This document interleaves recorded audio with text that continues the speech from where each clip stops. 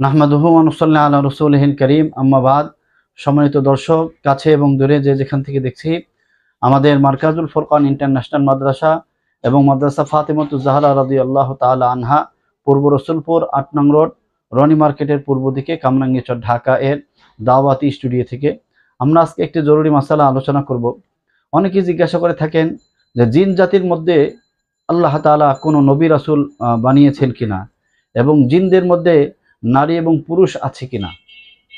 আসলে জিন জাতির মধ্যে আল্লাহ তাআলা কোনো নবী এবং রাসূল আল্লাহ তাআলা প্রেরণ করেননি, বরং নবী এবং রাসূল একমাত্র আল্লাহ তাআলা মানব জাতি থেকেই প্রেরণ করেছেন।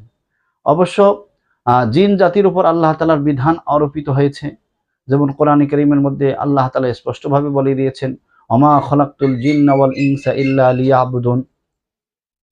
এজন্য তাদের আহ আহ উপর যে বিধান আল্লাহ তাআলা দিয়েছেন, তাদের সেই বিধান পালন করা জরুরি। তাদের মধ্যে এবং মানুষের মধ্যে হেদায়েতের কাজের জন্য আল্লাহ তাআলা মানুষদের থেকে নবী প্রেরণ করেছেন।